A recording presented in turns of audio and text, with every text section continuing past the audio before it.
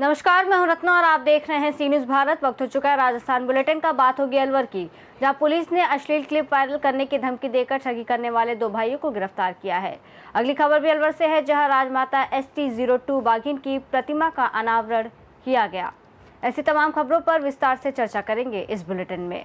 खबर अलवर से है, जहां सदर थाना पुलिस ने अश्लील क्लिप वायरल करने की धमकी देकर ठगी करने वाले 2 भाइयों को गिरफ्तार किया है। आरोपी 25 वर्षीय मुबारक और 22 वर्षीय अनीश खान व्हाट्सएप क्लिपिंग के जरिए लोगों की वीडियो रिकॉर्ड कर एडिट करते थे और अश्लील क्लिप बनाकर वायरल करने की धमकी देते थे। पैसे ना देने पर क्लिप वायरल करने की धमकी देकर लाखों रुपए ऐंठते थे। पुलिस ने गांव चांदोली से दोनों को दबोचा। पूछताछ में दोनों ने 5 लाख रुपए तक की ठगी कबूली है। पुलिस को मोबाइल भी बरामद हुआ, जिसमें कई अश्लील क्लिप्स मिले हैं। मामले की जांच साइबर सेल को सौंपी गई। अन्य खुलासों की भी उम्मीद जताई जा रही है। अलवर से सी न्यूज़ संवाददाता अमन जैन की रिपोर्ट। खबर अलवर से है, जहां राजस्थान के सिरसा टाइगर रिजर्व में आज ऐतिहासिक क्षण दर्ज हुआ, जब राज्य मंत्री संजय शर्मा ने राजमाता ST-02 बाघिन की प्रतिमा का अनावरण किया। ये वही बाघिन है जिसने साहसिका को विलुप्ति की कगार से पुनः जीवन दिया। 2004 में जब सिरसा से टाइगर लुप्त हो गए थे, तब वर्ष 2008 में महज 4 वर्ष की उम्र में लाई गई ST-02 ने यहाँ एक बार फिर बाघों की दहाड़ सुनवाई। ये प्रतिमा न केवल एक बाघिन को समर्पित श्रद्धांजलि है, बल्कि वन्य जीव संरक्षण की दिशा में एक प्रेरणादायक प्रतीक भी है। ST-02 ने करीब 19 साल 8 महीने तक का असाधारण जीवन जिया और सिरसा में बाघों का एक पूरा कुनबा तैयार किया, जिसकी संख्या आज 34 से अधिक बताई जा रही है। राज्य मंत्री संजय शर्मा ने कहा, राजमाता ने न केवल सरिस्का को जीवन दिया, बल्कि हमें ये सिखाया कि जब तक इंसान प्रकृति से सीधा संबंध नहीं रखेगा, तब तक संतुलन नहीं बनेगा। मंत्री ने बताया कि पिछले 2 वर्षों में 20 से अधिक बाघ शावकों का जन्म हुआ है।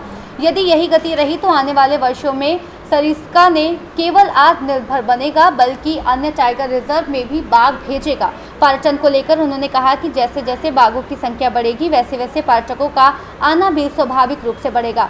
सरिस्का के अंदर जाने वाले रास्ते भी सुधारे जाएंगे और टूरिज्म जोन का विस्तार किया जाएगा। बाघों के गायब होने या घटनाओं की रोकथाम के लिए अब ड्रोन से निगरानी की जाएगी। साथ ही क्रिटिकल टाइगर हैबिटेट के अंतर्गत वन क्षेत्र को भी बढ़ाया जा रहा है, ताकि बढ़ती बाघों की संख्या के अनुसार पर्याप्त प्रकृति वातावरण उपलब्ध हो सके। अलवर से सी न्यूज़ संवाददाता अमन जैन की रिपोर्ट। खबर अलवर से है, जहां शहर के कोतवाली थाना क्षेत्र अंतर्गत बीती रात नंगली सर्कल पर एक ट्रक से अज्ञात चोरों ने 30 बैटरियां चोरी कर ली। जानकारी के अनुसार खलासी आशुफ खान ने रात करीब 3:30 से 4 बजे के बीच ट्रक को नंगली सर्कल पर खड़ा किया और वहीं ट्रक के अंदर सो गया।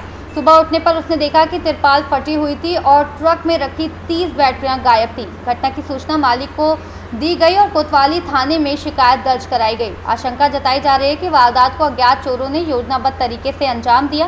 पुलिस ने मौके पर पहुंचकर जांच शुरू कर दी है और क्षेत्र में लगे CCTV कैमरों की फुटेज खंगाली जा रही है, ताकि आरोपियों की पहचान की जा सके। घटना से आरोपियों में भी चिंता का माहौल है। भैया क्या नाम है आपका, कहाँ के आप निवासी हो, पूरी घटना क्या हुई है ये?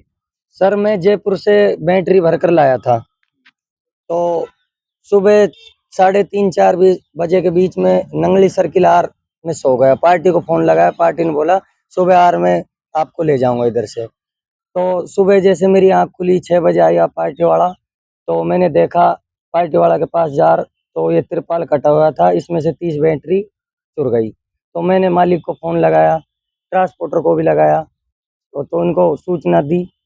तो उन्होंने कहा कि हम आ रहे हैं, FIR करवाएंगे। उसके बाद में फिर पुलिस के जरिए बैटरी जो बाकी बची हुई वह खाली हुई थी। तो कुल कितनी बैटरी थी इसमें? इसमें 10 टन वजन था। हाँ, करीब 400-500 बैटरी थी। 30 बैटरी चोरी हुई? हाँ, 30 बैटरी चोरी। कितनी लगभग कितनी कीमत मानते हैं बाबू जी? अब हुआ तो कभी कुछ बता दिए, अब पूरी मेरे को मालूम नहीं कितने की है। लगभग पता नहीं है। हाँ, लगभग मेरे को मालूम नहीं इतने की। वो कंपनी वाले पर्चा डालेंगे क्लेम का, कितने का नहीं, वो तो तभी पता चलेगा जब मेरे को उधर से वो आएगा। फिलहाल आपने शिकायत दी थी? हाँ, शिकायत में FIR करी आया। क्या नाम है आपका? मेरा नाम आसूफ खान। आसूफ खान। हाँ जी। कहाँ के निवासी हो? मन्ना का। अलवर से सी न्यूज़ संवाददाता अमन जैन की रिपोर्ट। खबर कोटपुतली जिले से है, जहां नारायणपुर में स्टैंप वेंडरों ने तहसीलदार अनिल कुमार पर अस्थायी टीन शेड हटाए जाने को लेकर भेदभाव का आरोप लगाया है। स्टैंप वेंडरों का कहना है कि बिना नोटिस दिए उनके टीन शेड को हटाया गया, जिससे उन्हें नुकसान हुआ है। तहसीलदार अनिल कुमार ने बताया कि अतिक्रमण की शिकायत मिलने के बाद कार्रवाई की गई। तहसील परिसर में 2 जगह बैठने की व्यवस्था है, अन्य जगहों पर अतिक्रमण नहीं किया जा सकता। अब देखना होगा कि प्रशासन इस मामले में कोई कार्रवाई करता है या स्टैंप वेंडरों की मांगों पर क्या निर्णय लिया जाता है। ये मैंने एक टीन शेड बैठने के लिए लगाई है अस्थायी रूप में, और इसको लगे हुए भी 20 रोज के समथिंग हो गए। उसके बावजूद कल मैं नहीं आया था यहाँ, किसी कारणवश सीट के ऊपर मेरे पीछे से इन्होंने तहसीलदार साहब ने जेसीबी मंगवा के और टीन को ध्वस्त कर दिया। और जिस दिन मेरी टीन शेड लगी थी उसी दिन चाय वाले साहब की भी टीन शेड लगी थी, लेकिन उन टीन शेडों को हाथ भी नहीं लगाया इन्होंने।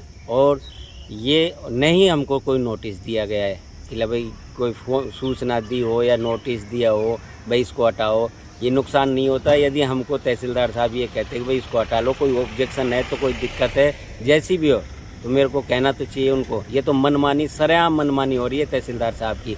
और मैंने जब रिक्वेस्ट की कि साहब ये आपने कैसे किया, क्यों हटा दिया, कैसे जैसी भी चला दी, तो उन्होंने मेरे से साफ शब्दों में कहा है कि मैंने मेरी मर्जी से हटाई है, तहसील का मालिक मैं हूँ और जो तेरे से कुछ करना है उन्होंने वो कर लेना। ये साहब, और मैं गरीब आदमी हूँ और मेरी टीन शेड तोड़ दी गई, कम से कम 20,000 रुपये का नुकसान कर दिया इन्होंने। अब मेरे को न्याय चाहिए।